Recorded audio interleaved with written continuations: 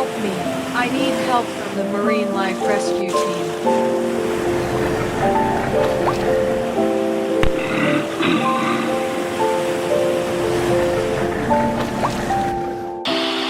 The rescue team has taken over. We will arrive now.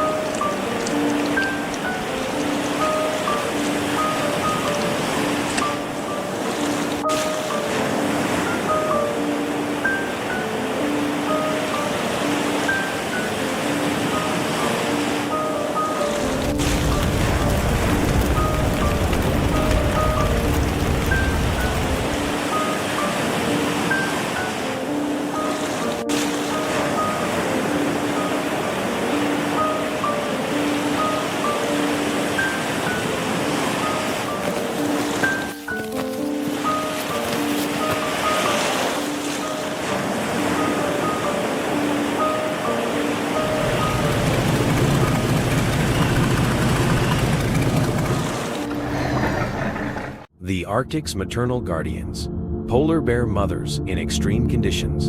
Amid the vast, frozen expanse of the Arctic, polar bear mothers display extraordinary resilience and devotion. These iconic creatures, known scientifically as Ursus maritimus, face some of the harshest conditions on Earth while nurturing the next generation. Their journey of motherhood is a testament to survival, strength, and instinct in an environment defined by ice, wind, and cold. The birth of life in the Arctic. Polar bear mothers typically give birth during the deep winter months between November and January. Before this, the expectant mother will have spent the late summer and fall feeding intensively, building up fat reserves crucial for sustaining herself and her cubs. She then seeks out a snowdrift to dig a maternity den, a small, insulated haven where she will hibernate and later deliver her cubs. Within this protective den, the mother gives birth to 1 to 3 cubs, each weighing less than 1.5 pounds, 700 grams. Blind, toothless, and covered in fine fur, these newborns are entirely dependent on their mother's warmth and milk. For months, the den provides the perfect environment for the cubs to grow, shielded from the Arctic's brutal temperatures that can plummet to 1,040°F to 40°C. Nurturing against the odds. Polar bear mother's dedication is unparalleled. During the denning period, she does not eat, relying solely on her fat reserves. Her milk, rich in fat and nutrients, helps her cubs grow quickly, gaining strength to face the challenges outside the den. By March or April, as the Arctic sun begins to return, the mother leads her cubs out of the den for the first time. This marks the beginning of a perilous journey across the ice. For months, she teaches her cubs critical survival skills, such as swimming, hunting seals, and navigating the ever-changing sea ice. The cubs stay with their mother for up to 2.5 years, relying on her protection and guidance as they learn to thrive in their icy world. Challenges in a changing Arctic. The Arctic environment is unforgiving. and climate change amplifies its challenges. Rising temperatures are reducing sea-iced polar bears' primary hunting ground, forcing mothers to travel greater distances in search of food. These prolonged journeys put additional strain on nursing mothers, jeopardizing their ability to sustain themselves and their cubs. Despite these hardships, polar bear mothers continue to adapt, showcasing resilience that inspires researchers and conservationists. However, their survival depends on global efforts to address climate change and protect Arctic habitats. Protecting the Arctic's guardian, the survival of polar bear mothers and their cubs is intricately tied to the health of the Arctic ecosystem. Conservation initiatives, such as reducing greenhouse gas emissions and protecting critical habitats, are vital. By raising awareness about these magnificent animals, we can ensure that future generations witness the remarkable story of polar bear motherhood in the Arctic. In their stark, icy world, polar bear mothers embody the spirit of perseverance. Their care and sacrifice not only sustain their cubs, but also serve as a poignant reminder of the fragile beauty of our planet's polar regions.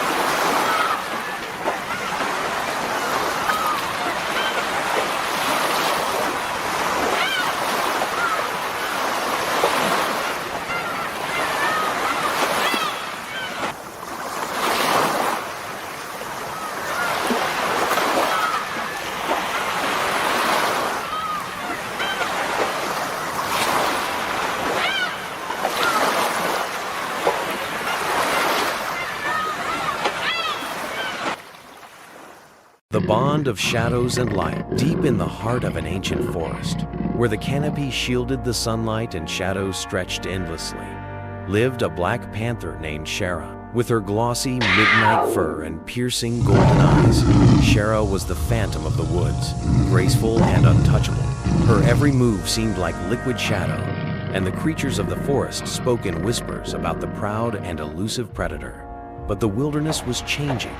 Humans had begun encroaching into the depths of the forest, their machines roaring louder than the calls of the wild. Traps and snares, invisible and cruel, littered Shara's hunting grounds. One fateful morning, the silent queen of the forest stepped into one such trap. A metal snare snapped around her hind leg, its teeth biting deep into her flesh. She roared in pain, thrashing violently. But the more she struggled, the tighter it became. Days passed, and Shara grew weaker. Her golden eyes, once so fierce, dimmed with exhaustion. She was losing hope until the soft crunch of footsteps stirred her senses. A woman appeared from the foliage.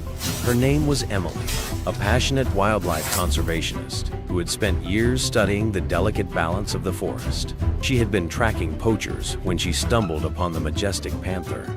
Emily's heart ached at the sight of the wounded creature. Most people would flee in fear, but Emily saw something in Shara's eyes, a silent plea for help.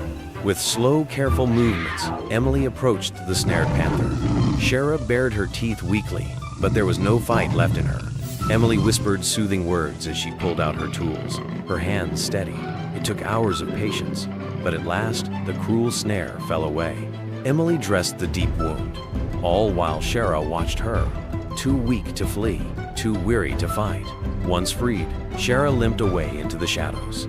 Emily expected never to see her again, but the next morning, something extraordinary happened. Shara reappeared at the edge of Emily's camp, her golden eyes locked with Emily's as if beckoning her.